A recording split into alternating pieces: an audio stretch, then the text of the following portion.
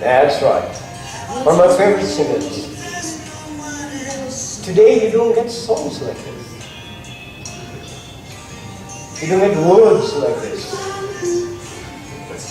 You get a hip and a hop. You get a flip and a flop. I'll send it to you. Beautiful. Yeah. Just listen to it at some point of time when I send it to you. Yeah. Because what has happened is we've taken, I know when these songs came out with Elvis Presley, who's one of my favorites, it was considered demonic. Wow. You with me? Because that's how our folks saw it. But now when you look back at it, even our children love these songs, because I've exposed them to them. Okay, I want our children to understand what music is, what songs are. And we must never say secular spiritual. Because in most of these songs of yesteryear, like our time, they were absolutely spiritual. Have I told you lately that I love you? It's like singing to the Lord. Take that song actually, and sing it. You are above all. Your love is above all. And that at the end of the day, we end it with a prayer to the one. Yeah. I will pay. Somewhere, you got to be trusty. You got to be disconnected from all these new time teachers that there is a worldliness or there is a secular. But when Jesus Christ came, He brought the glory of God. So let's look at today's theme and teaching. Everything changed with Jesus Christ, okay? So which report do we believe? And if we look at Numbers 13 and we start reading that story, the story is what? It's about Moses. He should never have done this to begin with. Because God said, I have given you the land.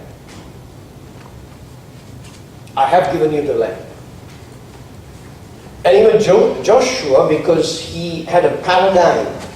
You remember what we are looking at? We are looking at a paradigm, which is the model.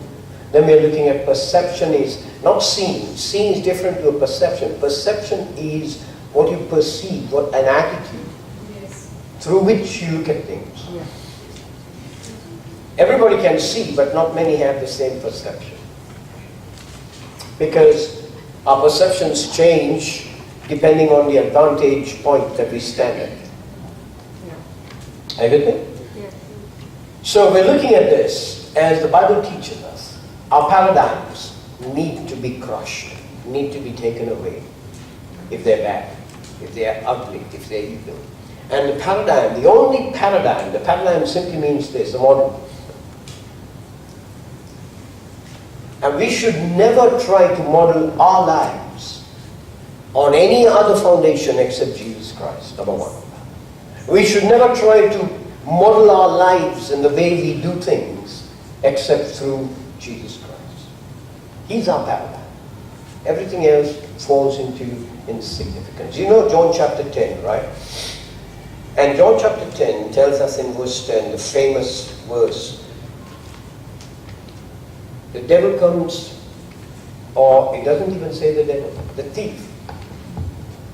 The thief comes to kill, steal, and destroy. But I came that you may have life.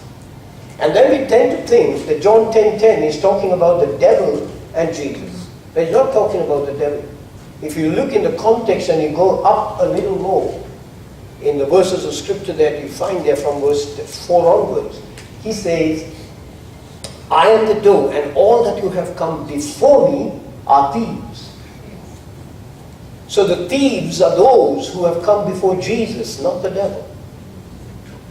And the nature of these thieves are what? To kill, steal, and destroy. The devil has nothing to do. Beloved, please believe me. Your life will be a tremendous life of freedom if you stop giving glory to the devil. Stop giving him credit and start living Christ conscious, not devil conscious. Yep. Yes, amen.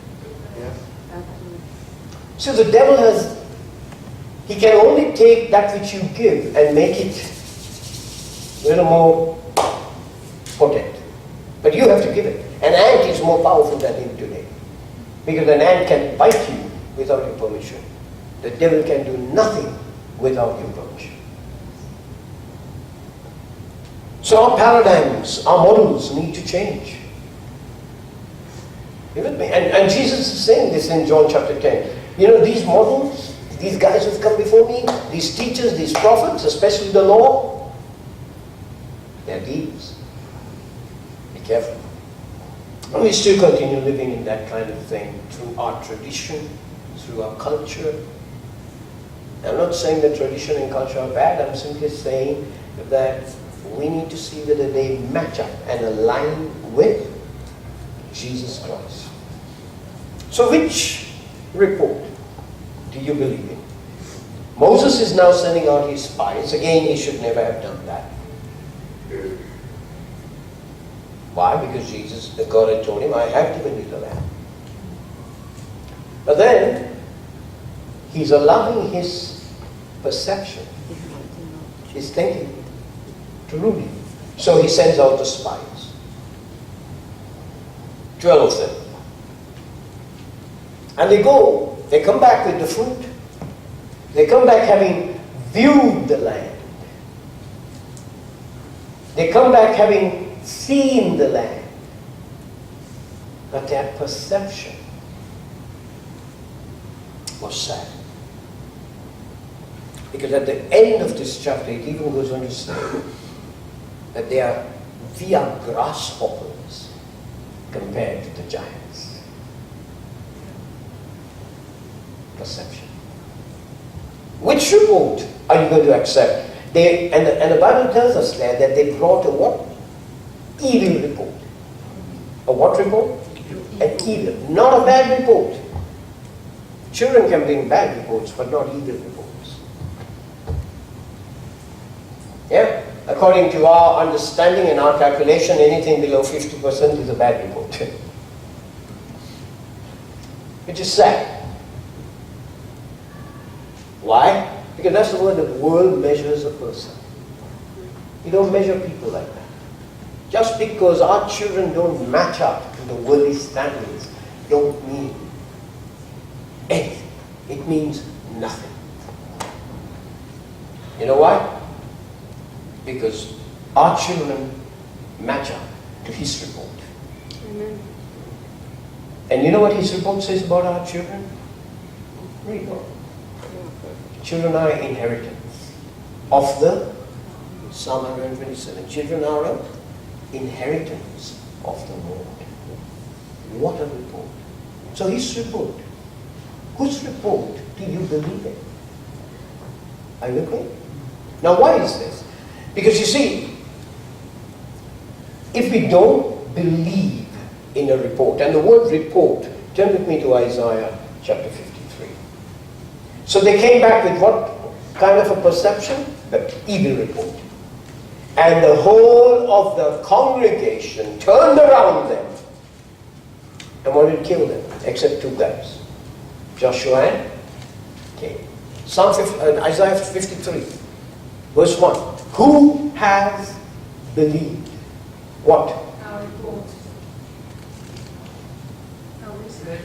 Yeah. Who has believed our report? And there is a sense of urgency, beloved, at this moment for you and me as we live in 2017 to enable people. You know my favorite slogan, right? Know God, be known by God, make Him known. It's time that we make our God known, because people don't know our God. According to the Word of God, people are believing all sorts of things, and as a result of that,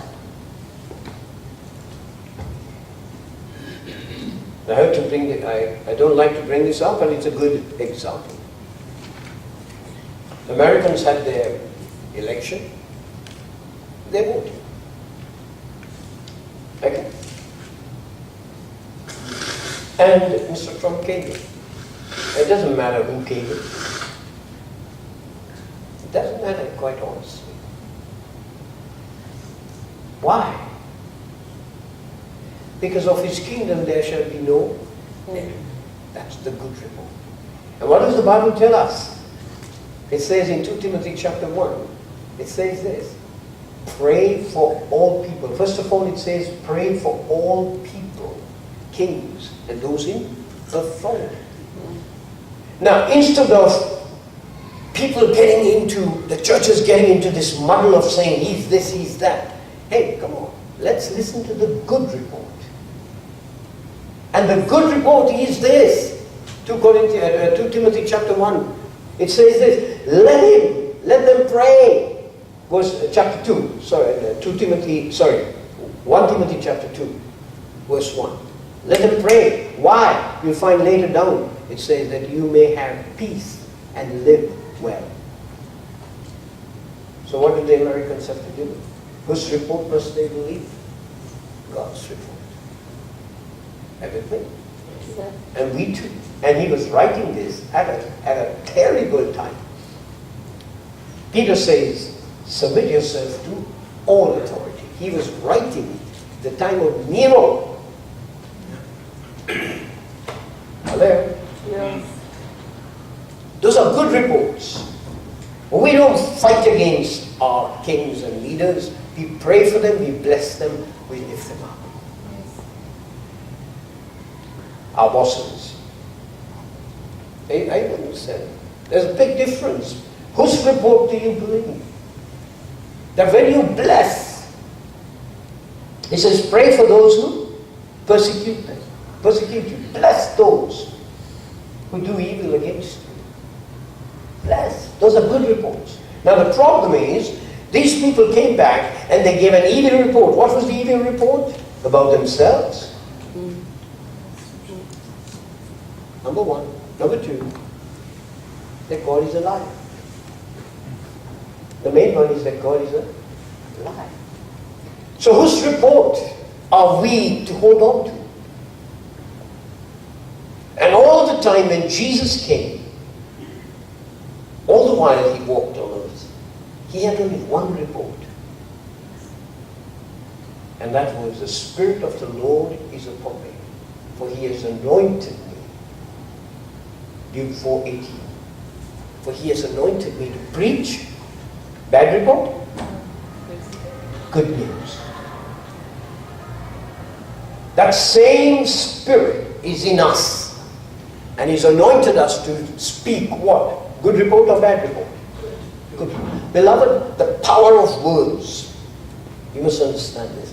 Every time we say something negative, we create a word of negativity. And then we step into it, and then it hits us, and we say, what? Are you with me? We are to create, and I want you to hear this, right? Turn with me to John chapter 17. And Jesus is praying the master prayer. It's the Lord's Prayer. This is what I consider the Lord's Prayer. Not Matthew 6. Our Father who art in heaven. That's the disciples' model. But this is the Lord's Prayer. And this is what he's saying in verse 4. What does he say? I have glorified you on the earth. I have finished the work which you have given me. Hold it there. I have glorified you. I have finished the work. But when did he finish the work? On the cross. Then he cried, it is finished. You know what he was doing? He was living out the report that he had about God and his work. I have glorified you. I have glorified. He's not talking about a future. He's talking about present continuous. I have glorified it. It's a beautiful term. It's finished, but it's not going on. Next. Says something about the name. What does he say there? I have what with your name? Verse 5 or verse 6. I have manifested your name to them. I have what? Manifested your name to them. But listen, he only received his name, the name above all names, after he was exalted, after the resurrection. So he was manifesting a good report of God. Because the name carries something. Do you understand that? It carries a being. It carries a character. It carries a nature. And he was giving a good report of God to people. And what was the good report? If you're sick, I'll heal you. If you're dead, I'll raise you. If you're blind, I'll give you sight. If you're captive, I'll set you free. Are you with me? We are not called to be caught up in these little prisons that we create for ourselves. The good report is that he came to set the captive free. By his stripes we are healed. He became poor that we might become rich. He became our curse that we might become his blessing. He could not be without us in heaven, so he brought heaven. Now that's a good report.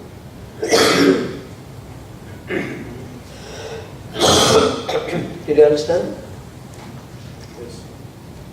Now that's the good report. And the good report will always be that. And we live in it. So Jesus said, I've glorified your name. Now watch this, right? Please remember this, thank you. Please remember this. Go to verse 20 of the same chapter.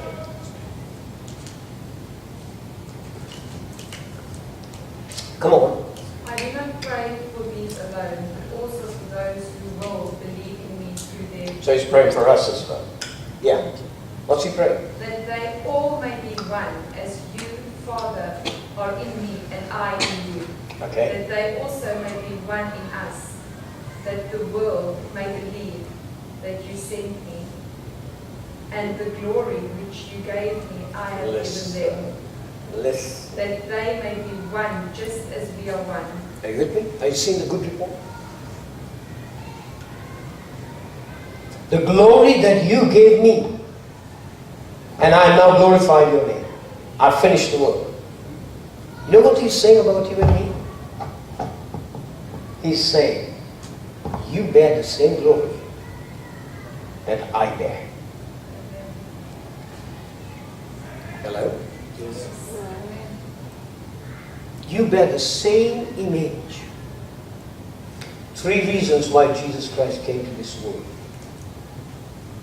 Number 1, and it's not in order, but he came to reveal the Father's heart. Yes. Who the Father is.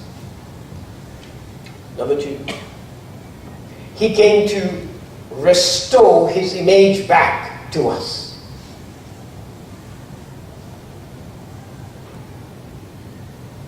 And number 3, he came to reconcile us to God. And in none of these does it speak about him coming to take us to heaven.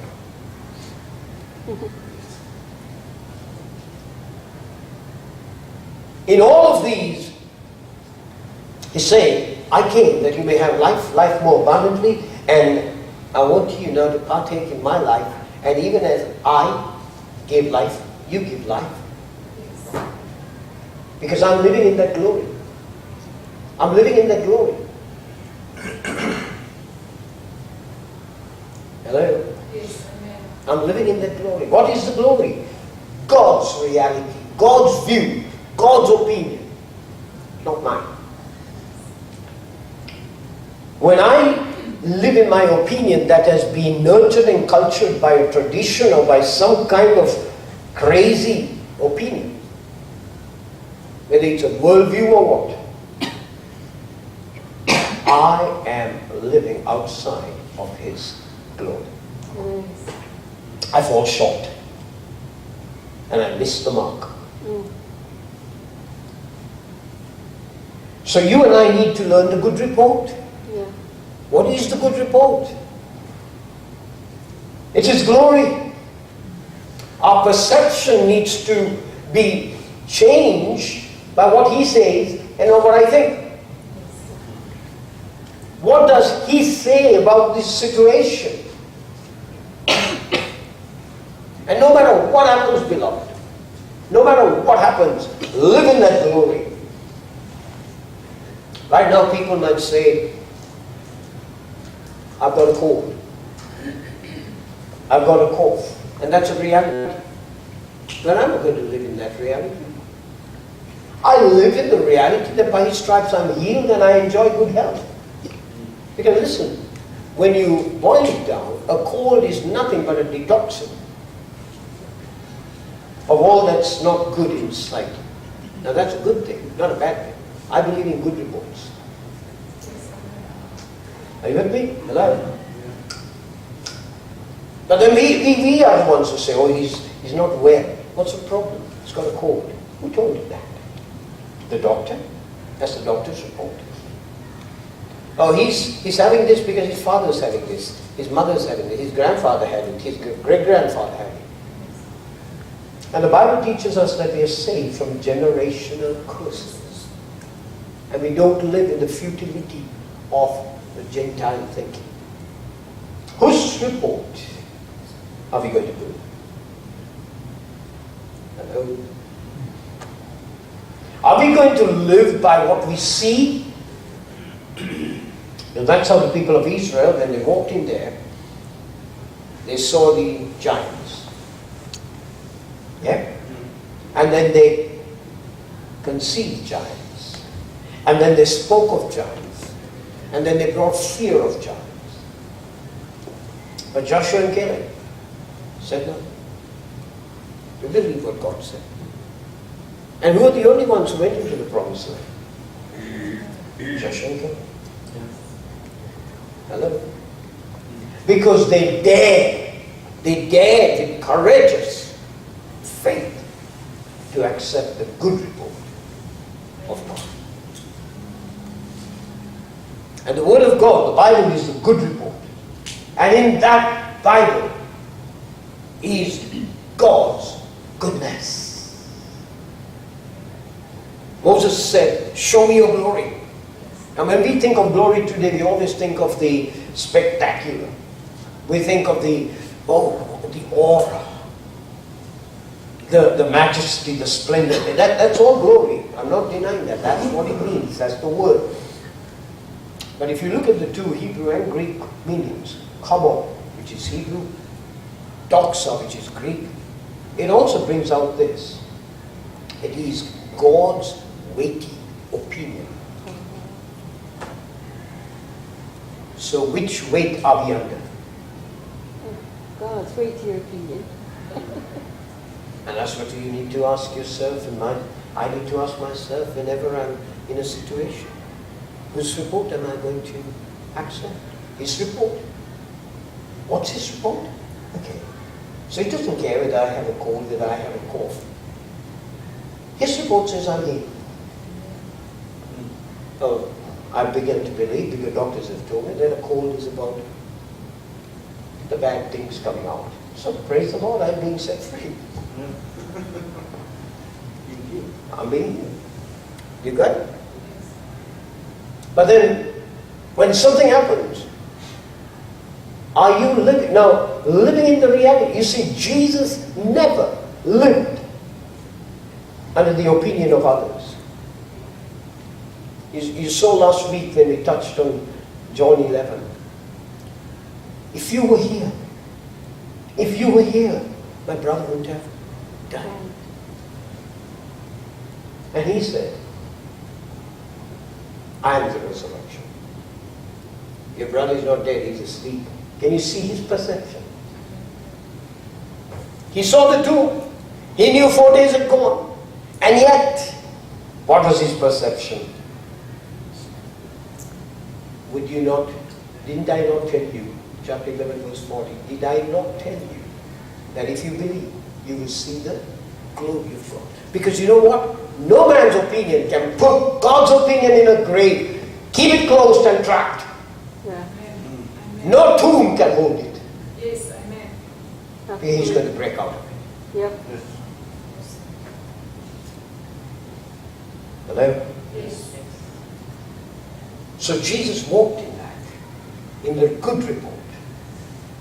Now I began by saying how we give the devil a lot of credit here.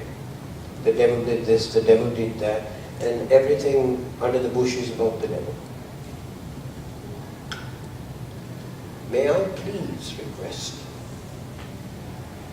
to not be devil conscious and talk about the devil's report.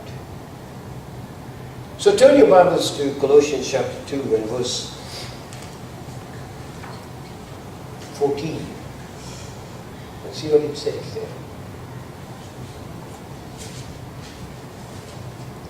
About you and about the devil. See what it says there. What does it say? Having wiped out. What's the handwritten thing? The bad report. He has wiped out the report against you. Hello? It doesn't matter, beloved, what other people say about us. It's what He says about us. It's not what your boss says about you. It's not even what your wife or husband says about you. What does God say about you? What does He say about you? Does He say that you are less than a conqueror? Does He say that you are darkness? Does He say that you are stupid? Does He say that you are evil and you're unloving and all of this? Does He write it and say to you? You know, God's Bible, God's Word, this is a love letter to you. It's not a book of rules to follow. Jesus didn't come to teach us lessons to follow. Jesus came that we may have life to live. Got it? Yes. We're not really just following a lesson. And sadly today many people have done that with the Word of God, and they can answer from Genesis to Exodus all the questions. Or Genesis to Revelation, all the questions. And they think by doing that, they know the Word of God. No, no, no. Have they experienced the Word of God in their lives? And it's only that I can give. I can give a God who heals because I've experienced a God who heals. I can give a God who's rich because I experience a God who's rich. I can give a God who's free and rejoices and dances and sings because I've experienced a God who dances and sings and rejoices. But culture and tradition says, no, you can't dance. That's not good in church. Don't dance. But if you go for a party, we can. What? Hypocrisy. What? Hypocrisy. Then if our best team wins, we shout and we don't care who is around us. Have you been to cricket matches? I'm sure you have. Yeah. And rugby matches? I'm sure you have. And you will jump and shout and scream and you...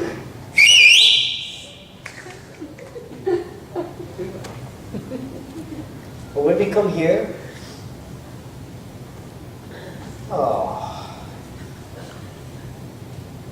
be still, be quiet, God is in His temple. You with me? What hypocrisy is this? That's called double two-tone life. One there, one here. Beloved, we need to come to the reality of God's opinion of church. Yes. What is God's opinion of church? A regular gathering together? No. God's opinion of a church is a called out people called out of darkness into his marvelous light to show forth his glory, to show forth his praise. How can I show forth his praise if I am silent night, holy night? All is calm, all is...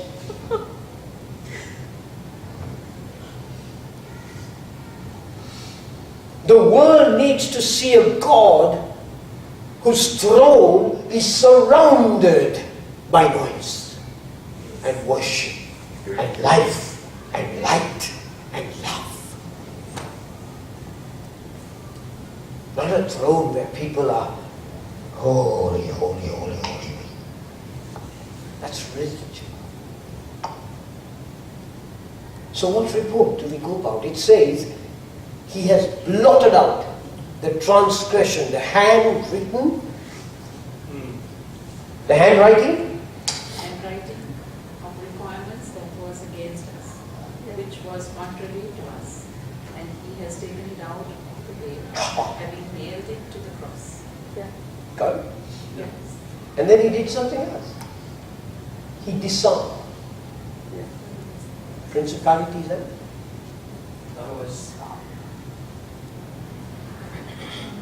And we're still saying, no, that is positionally. Have we got our theology behind it to back it up? Any theology that does not align itself with Jesus Christ and his word and his life and his new covenant, I would encourage you to throw it away. No matter from whom it came. Okay? You know why? Because it does not glorify God. Yes. It doesn't give you an opportunity to glorify God. It's religion. And you know the meaning of religion? The exact meaning of religion is that which binds.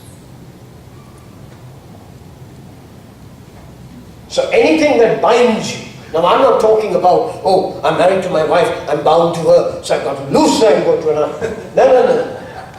Come on. That's not a good report. The good report is that what God has joined together, let no man put asunder. Hallelujah. That's the good report. Now sometimes it happens, sometimes it doesn't happen. But I still belong to the good report. I still confess it. I still believe it. I'm in the ministry of reconciliation. Amen. And anything that's outside of reconciliation is Antichrist. So the good report, he's disarmed principalities and powers. That means the devil is not in the picture. The devil is not in the picture. Demons are not in the picture. The principalities and powers are not in the picture. They've been disarmed.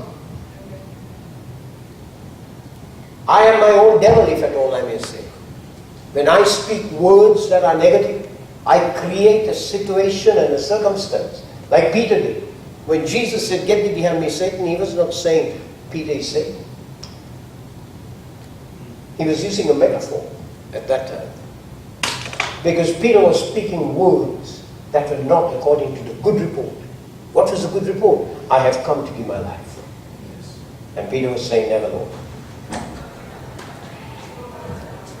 You with me? And so we got to be careful, beloved. In this year 2017, you're going to grow from glory to glory. You're going to have an exponential increase. Amen. You're going to have an amazing, amazing life. A lifestyle that does not need to be governed by the world. Even your time, you don't need to let time be governed by the world. You don't belong to the cosmos. You belong to the kairos. Amen. Cosmos is about 24/7.